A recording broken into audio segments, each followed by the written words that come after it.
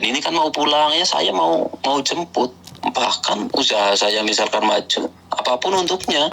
Memang aku dari dulu apapun lah, memang kenapa dari dulu aku belum bisa memberikan hal-hal yang seperti orang lain berikan sesaat itu, ya karena memang belum ada. Di saat ada memang aku nggak pernah menyembunyikan apapun, aku selalu terbuka. Sebenarnya di saat kumpul itu, kita itu sebenarnya termasuk pasangan romantis. Dan sebenarnya kamu sudah mendekati sukses ya Mas ya di Indonesia, bisa dibilang. Ya alhamdulillah, ya semoga lah.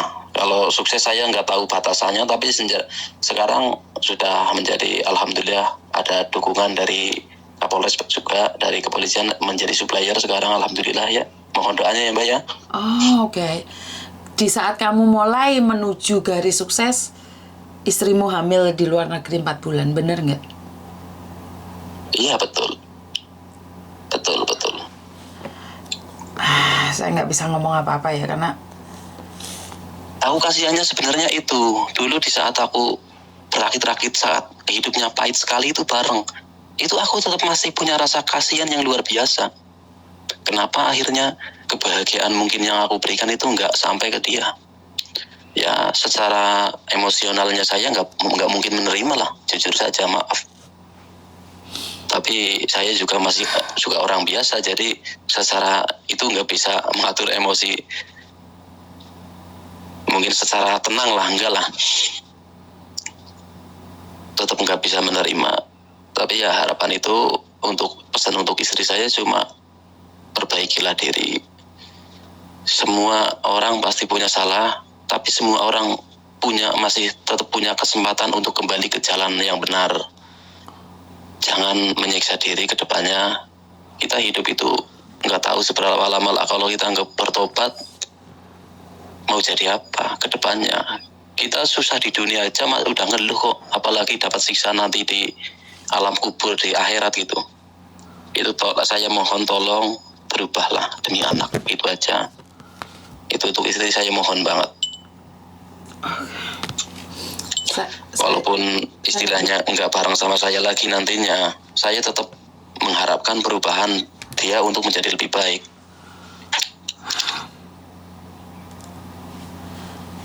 Saya nggak bisa ngomong Mas. saya nggak bisa ngomong ya, jujur saya baru kali ini punya konten yang saya speechless, di mana saya tidak bisa berkata-kata karena saya sebagai perempuan, saya pribadi saya tidak mengatakan perempuan lain, saya pribadi merasa malu. Ya intinya saya nggak bisa ngomong apa-apa. Saya minta maaf. Kadang ada saudara saya yang melakukan seperti itu, jadi aku nggak tahu ya, ini karena kalian tidak duduk berdua dan menyatakan satu sama lain.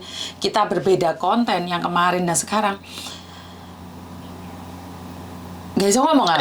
Karena aku menempatkan dirimu sebagai adik saya, adik laki-laki saya, atau sebagai kakak saya, kakak laki-laki saya. Jadi saya nggak bisa ngomong. Intinya, jika ini memang bukan jodohmu, seperti yang kamu katakan, dia memang istrimu, tapi memang mungkin Tuhan tidak memberikan jodoh atas dirimu dan dirinya. Saat kamu hampir melambung tinggi ke langit, Tuhan berikan ujian ini padamu. Dan sekali lagi, seandainya dia pulang Indonesia dan mencarimu, apakah kamu menerimanya? Untuk menerima kembali enggak, tapi untuk menerima, misal dia mau pulang tinggal di sini untuk mengurus anak, saya tetap nafkahi. Itu janji saya, dan saya tidak akan memberikan kekerasan, enggak. Saya enggak mau jahat lah pokoknya. Itu aja. Sebentar, saya nanya sekali lagi. Kalau dia tidak ada tempat di luar sana, apakah kamu mau menerimanya? Saya menerima untuk tempat kembali, tapi bukan berarti sebagai istri. Iya, ngerti. Maksudnya Saman mau memberikan tempat tinggal.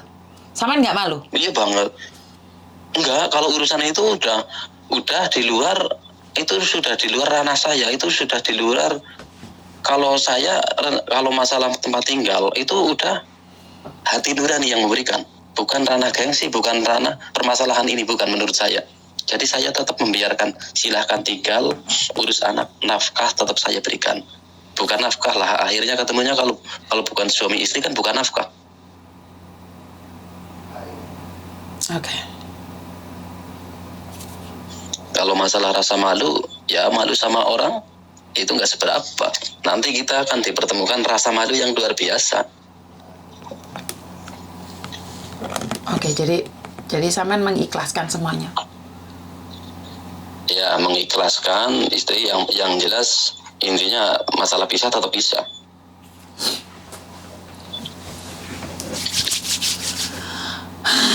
Saya nggak bisa ngomong apa-apa. Jujur saya nggak berani komen banyak karena mungkin di luar ranah saya. Karena saya nggak tahu ya Mas ya. Karena sebagai perempuan saya nggak tahu siapa yang salah siapa yang benar. Iya betul. Karena Iya. saya di sini cuman konten aja. Dan saya nggak tahu ya harus ngomong apa lagi. Ya itu tadi. Karena memang saya pribadi tidak tahu dengan rumah tangga kalian, cuman saya nggak bisa ngomong apa-apa.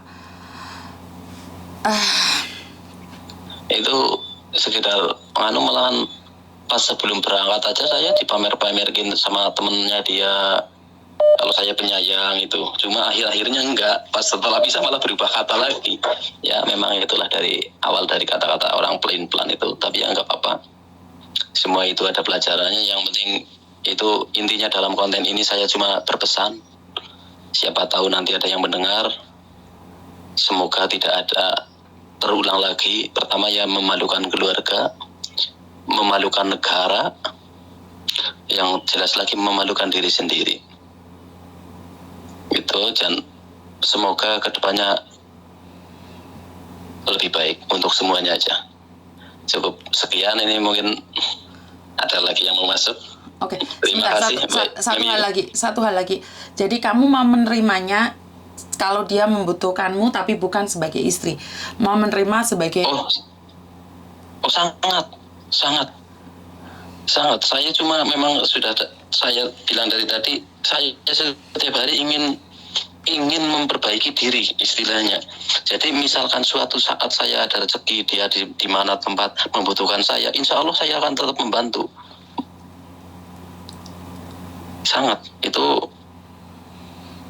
walaupun bukan istri enggak.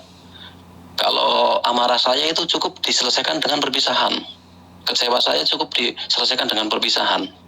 Tapi untuk kemanusiaan saya tetap ada, dan saya tetap juga walaupun saya kecewa juga saya sangat menghargai perjuangan istri saya. Dia banyak membantu saya juga, banyak sekali lah istilahnya lah. Saya tidak akan menghilangkan kebaikan. Jadi dalam konteks kalau pemikiran saya itu kebaikannya ya tetap kebaikan, tetap nggak hilang walaupun kejelekannya ada gitu. Seandainya anakmu nanyain, apa jawabanmu? Nanyain apa masalah Ibu. pulang segala macam. Iya. Emang rencana kan mau nyunatin anak. Okay. Ya jawabannya ya jujur saya bingung juga, jujur untuk alasan bingung juga. Mungkin ya tinggal alasan belum bisa pulang itu aja. Tapi nggak tahu juga ya. Yang jelas sih walaupun saya mengizinkan nggak tahu juga, mungkin dianya nggak mau, malu mungkin. Karena malunya bukan karena pernah bersalah, tapi karena mengulangi kesalahan yang sama gitu. Kan anakmu mau sunat toh, kapan sih mau sunatnya? Insya Allah ya rencana selepas lebaran lah. Berarti pas dia finish kontrak itu ya, memang di rencananya gitu. Di awal finish kontrak, saya jemput itu. Jadi finish kontrak dijemput terus nyunatin anak gitu maksudnya? Sebenarnya istri saya kan minta dibeliin apa ya, namanya juga perempuan ya enggak masalah lah, suka perhiasan. Minta dibeliin perhiasan. Sebenarnya saya sudah menyiapkan tapi nggak bilang. Sebenarnya saya bilang nunggu ada orderan lagi. Sebenarnya orderan yang kemarin kan ada lebihnya, udah saya beliin. Katanya biar kalau pulang dari sana kan nggak malu, nggak bawa uang, jadi ada perhiasan. Ya saya sudah persiapkan. Rencana mau jemput saya kasih buat kejutan. Ya alhamdulillah ini dapat kejutan mungkin lebih besar dari yang kuasa. Dengan hamil 4 bulan. Iya, betul. Malah bukan saya yang memberikan kejutan, akhirnya saya yang dapat kejutan, bukan yang memberi kejutan. Ya, Sampean nggak sering apa-apa lah, nonton itulah proses konten saya tak? nggak sering, tapi ya adalah sekali dua kali. Memang dari dulu semenjak saya punya Joyga kan, yang saya tonton itu kan dari misal YouTube yang urusan dengan kesehatan, apa dengan konsultasi. Masalahnya aku cari itu akhirnya ya nggak tahu lah, itu yang namanya petunjuk itu datang dari mana aja. Pas kebetulan pas live kemarin tuh saya dengar juga. Jadi saya pas live kayak gini sampean dengerin? Iya, jujur saya pas di saat itu nggak nangis, saya tertawa. Akhirnya terkabul doa saya itu. Doa saya itu kalau melakukan lagi kena aib, kena masalah. Itu sebenarnya kemarin juga sekitar 7 bulan lah. Itu sudah kena penyakit juga di situ, kelamin.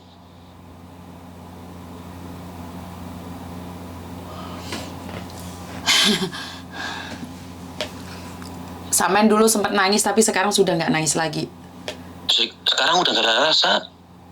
Terus terang aja nggak ada rasa. Istilahnya lebih ikhlas. Tapi untuk segala sesuatu kan bertahap.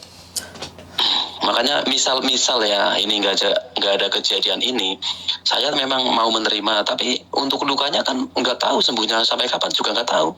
Memang saya mengakui itu, tapi tetap menerima. Saya intinya ya berusaha memberikan keikhlasan rencananya, itu rencana, tapi ya rencana Allah kan beda lagi. Oke.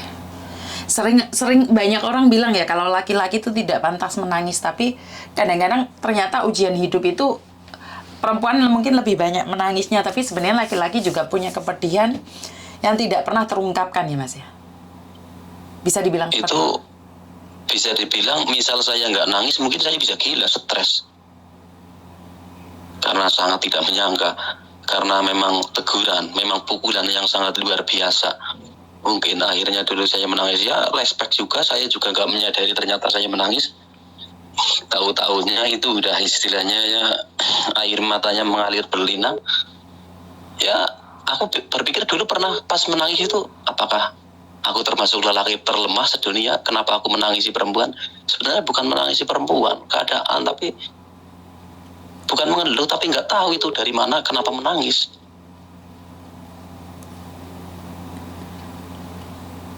Oke. Saya nggak bisa ngomong. Nggak bisa ngomong saya. Kayaknya saya nyimpen nomornya sampean sendiri. Mungkin saya berbicara dengan sampean tidak live ya. Kayaknya mengandung emosi banget ke saya pribadi. Jadi saya nggak pernah ngonten yang laki-laki telepon saya tuh nggak bisa ngomong. Biasanya tuh saya masih bisa ngajak bercanda. Biasanya saya tuh masih bisa gojlokin, bahkan saya masih bisa membalikan kata-kata. Tapi untuk Desa Men ini saya langsung kayak pusing gitu. Pikiran saya langsung, karena saya menempatkan sampean sebagai adik saya menempatkan sampean sebagai kakak saya, yang dimana mereka nggak bisa curhat juga gitu loh. Kadang-kadang mungkin mereka juga nangis, tapi apa sih yang harus ditunjukkan dari tangisan seorang laki-laki, bener nggak? Iya, memang gitu. Orang akan bilang bahwa laki-laki itu sangat lemah, padahal kan bukan masalah lemahnya, bukan masalah takutnya, tapi di masalah yang kita tangiskan itu masalahnya atau dosanya. Kan yang sampean tangiskan adalah dosanya. Iya, yang saya takutan itu memang awalnya itu ya itulah komplit lah, bukan cuma ya ada dosanya juga, karena dia istri saya kan memang kewajiban bebannya ada sama saya juga. Bukan sebaliknya, misal kesalahan itu pada dari saya yang salah, kan istri nggak nanggung. Oke. Maksud sampean? Nggak, kalau dalam Islam kan gitu. Kalau kesalahan suami kan istri nggak nanggung dosanya, tapi kesalahan istri kan suami terbebani. Oh, oke.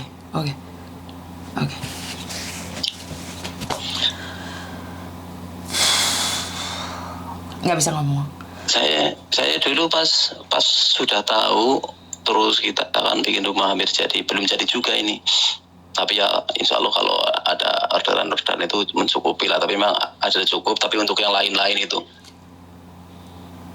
aku ingat juga kasihan perjuangannya. Tapi pas dia ngomong untung saya pergi ke sini, saya sangat kecewa bilang untung itu. Menurut saya itu paling rugi. Mohon maaf, itu bukan konteks untuk semua para TKW itu enggak. Karena yang kebanyakan mungkin kan memang pahlawan. Kalau yang melakukan sudah jadi tenaga kerja tapi akhirnya melenceng menurut saya kan bukan pahlawan itu. Sudah hangus semuanya itu berarti.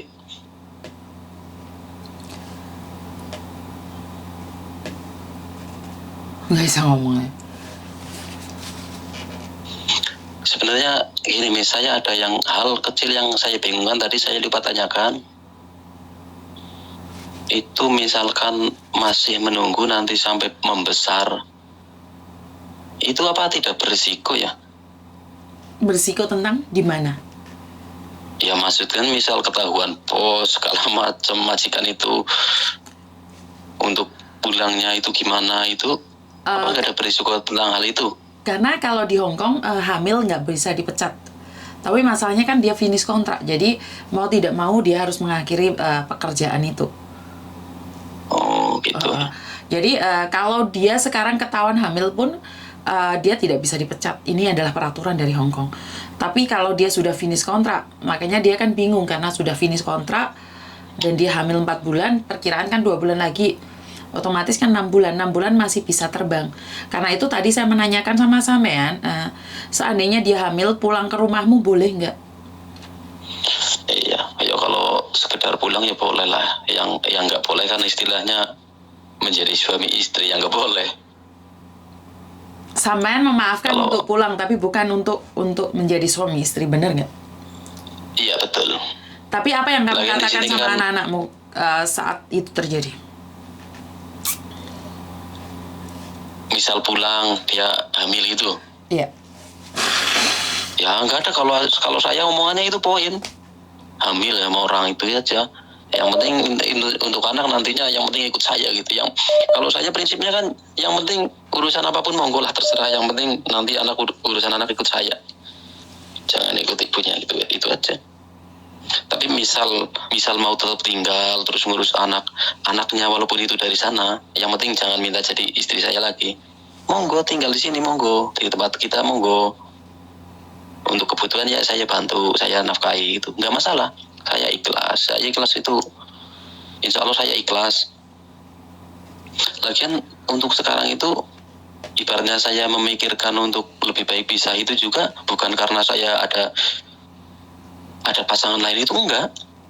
Memang karena kondisi aja. Oke, jadi Berarti karena saya gagal mendidik gitu aja. Kalau nggak bisa mendidik kan memang harus bisa. Oke.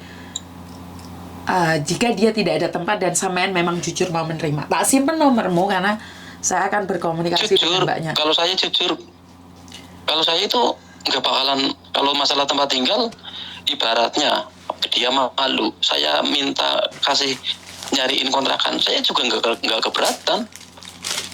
Memang intinya kan dari tadi kan saya sudah intinya itu memang saya kan memang kasihan. Intinya dia sudah berjuangnya banyak juga itu dalam konteks nilai perjuangannya kan positif kan tetap positif, negatif tetap negatif. Jadi positifnya juga ada, bukan negatifnya doang. Misal dia butuh kontrakan, dia malu tempat bareng di sini, ya nggak bareng juga. Nanti juga saya di rumah sebelah. Misal di tempat saya juga gitu, saya tetap mau. Udah masalah saya nyariin itu. Tapi kalau boleh jujur saya sih tidak meminta ada keburukan terjadi pada orang lain lah ya. Tapi kalau boleh jujur daripada saya mengetahui hal kabar seperti ini, jujur saya lebih suka mendengar kehilangan dalam konteks mati gitu. Oke. Jadi lebih baik ditinggal istri mati daripada ditinggal istri selingkuh, seperti itu. Betul. Tapi kalau sudah terjadi, itu kan akhirnya saya kembalikan urusan dia masing-masing. Tapi urusan kemanusiaannya, urusan saya tetap ikhlas gitu. Oke, dalam artian ini adalah ini sebenarnya pelajaran buat mbak-mbak yang lain ya sebenarnya Mas ya. Samen menyampaikan ini kan Iya, ingin ya itulah dari kenapa saya telepon itu gitu. Maksudnya saya harap itulah yang lain, kalau ada mbak-mbak yang lain, TKP yang lain, tolong jangan kotori negara kita, jangan kotori nama-nama pejuang devisa yang lain, tolong.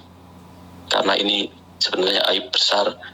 Saya tahu juga itu bukan cuma 1 orang 2 orang, tapi termasuk kisah istri saya kan luar biasa. Memang kenapa saya bilang luar biasa, karena dari awal sudah ketahuan tapi diulang lagi, kan luar biasa.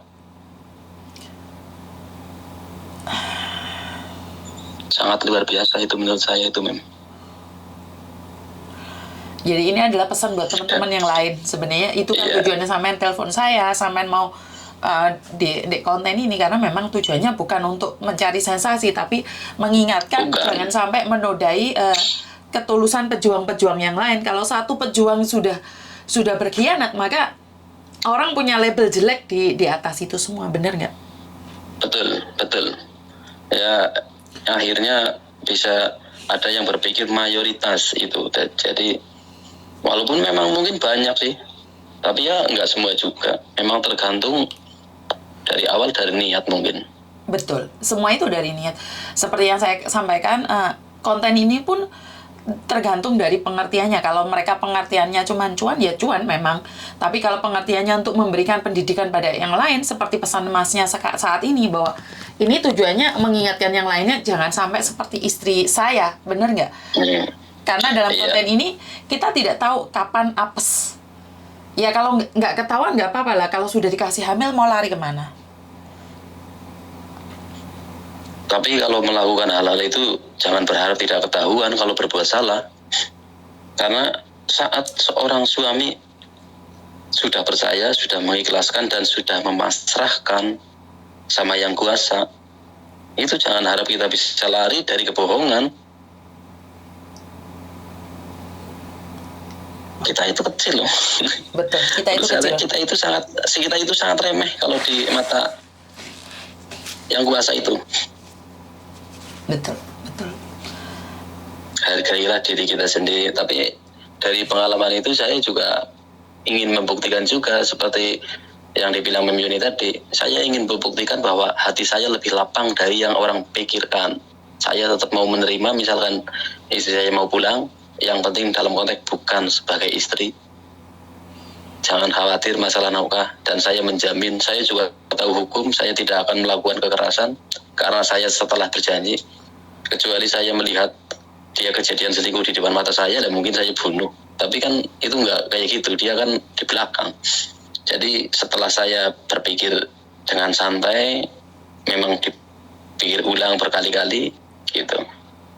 Itu aja. Yang penting yang lain mencerna pembicaraan, diambil maknanya aja, diambil pengalaman buruk ini untuk pelajaran.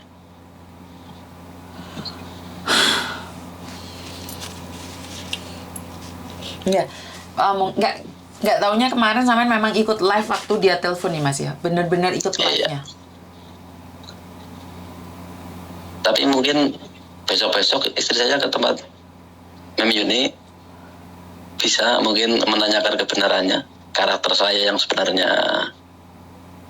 Kalau menurut saya pribadi, saya ngerasa itu dulu awal menikah saya kasar jujur, tapi akhir-akhirnya ke depan saya berubah, saya menjadi orang penyayang menurut perasaan saya gitu.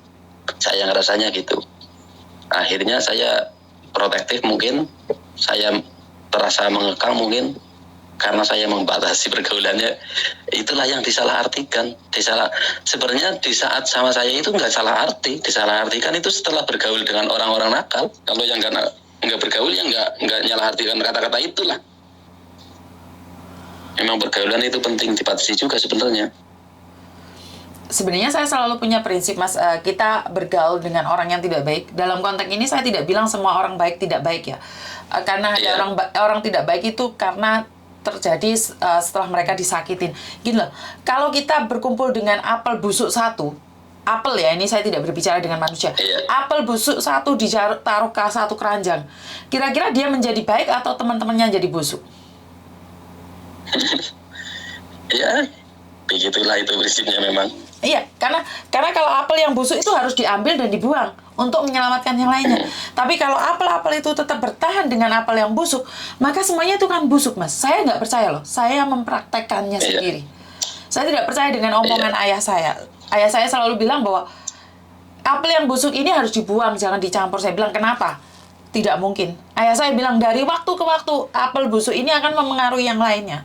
Tapi karena saya sama bapak saya selalu memberikan eksperimen, jadi bapak saya bilang, oke, terserah kamu taruh di situ berapa lama? 4-5 hari pasti busuk semua. Ternyata semuanya busuk, padahal yang satunya yang tidak busuk sama-sama di keranjang itu nggak ada masalah. Jadi adalah apa ya? Bisa ngomong nular ya, Mas ya? Lebih ke nularnya. Nular ya. Betul. Ya, saya nggak bisa ngomong apa-apa. Sampean menguras air mata saya sepagi ini. Nggak tahu mau ngomong apa lagi saya. Intinya adalah, ya terima kasih sudah memberikan masukan pada kami sebagai perempuan.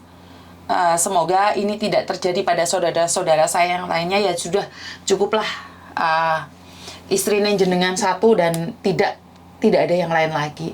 Dan saya titip pesan buat jenengan, anak-anak tetap anak-anak, kalau bisa tetap jaga silaturahmi. Saya nggak bisa ngomong apa-apa. Intinya, terima kasih dan saya salut atas kesabaran Anda. Saya harap memang kesabaran Anda ini terbukti saat mbaknya datang ke rumah saya, dan saya akan mencoba berbicara dengan dia. Keputusan ada di tangan dia, apakah dia akan pulang menemui jenengan karena dia sendiri tidak ada tempat. Tapi jika memang dia tidak berani pulang, saya akan mencoba untuk mengkondisikan itu. Oke, siap. Terima kasih untuk saya semuanya. Saya akan nyimpen nomor jenengan, nggih. Nggih, monggo. Monggo. Nggih, matur nuwun. Oke, assalamualaikum. Waalaikumsalam warahmatullahi wabarakatuh. Halo. Halo, selamat siang. Selamat siang, Mbak. Jenengan telepon saya beratus-ratus kali, posisi saya masih live. Ada yang bisa dibantu? Sorry. Ini dengan Teh Yuni ya? Iya, betul. Gini Teh, aku mau konsultasi. Saya kan di interminit majikan, tapi kan ada batas waktu 14 hari toh. Bisa nggak sama datang ke rumahku saja? Oh, ya itu masalahnya Teh. Aku mau datang. Kemarin aku dapat minta WA-nya Koko Thomas, tapi aku nggak tahu tempatnya. Ini saya di Konsul B. Oke, sekarang cari di YouTube rute rumah singgah Uni TKW Hong Kong. Apa Teh? Rute rumah singgah Uni TKW Hong Kong. Oke, makasih. Oke, yuk, bye-bye. Oke, mbaknya telepon berkali-kali saat saya sedang nangis. Susah saya ngomong ya, Mbak ya. Nggak bisa ngomong apa-apa lagi ya saya kayaknya kehabisan kata-kata, saya nggak ngerti harus ngomong apa ya.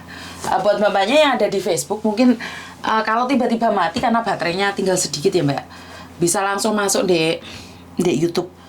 Di YouTube ya, sama aja Uni TKW Hong Kong. Oke. Sorry. Sepagi ini saya sudah nangis karena sebagai perempuan, luka itu sangat nyata bagi saya. Sebagai seorang perempuan, nggak ngerti, saya tuh semakin hari semakin tua kok baperan. Sebagai perempuan yang lupa tujuan keluar negeri untuk apa, ini membuat saya sangat terluka sekali. Ingat tujuan awal, Mbak. Kita yang baik-baik aja masih salah, apalagi yang salah. Karena itu buat mbaknya, kalau kalian nggak dengar, pindah aja lah ke YouTube ya. Kalau kalian nggak dengar, pindah aja ke YouTube secara langsung aja ya. Karena memang suaranya kayaknya hilang-hilang terus.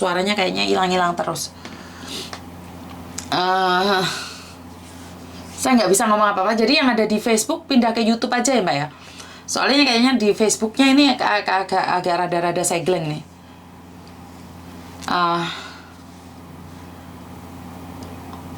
saya nggak bisa ngomong apa-apa. VB-nya lancar, Miss. Iya, Mbak, tapi di sini kayaknya pedot-pedot gitu loh. Kalau memang nggak lancar, masuk aja di YouTube-nya ya. Saya nggak kurang tahu di Facebook-nya ini agak nyegleng. Sebentar ya, Mbak ya. Padahal saya sudah live 2 kali ya tadi di YouTube ya. Tapi nggak tahu kenapa kok tinggal 1 aja.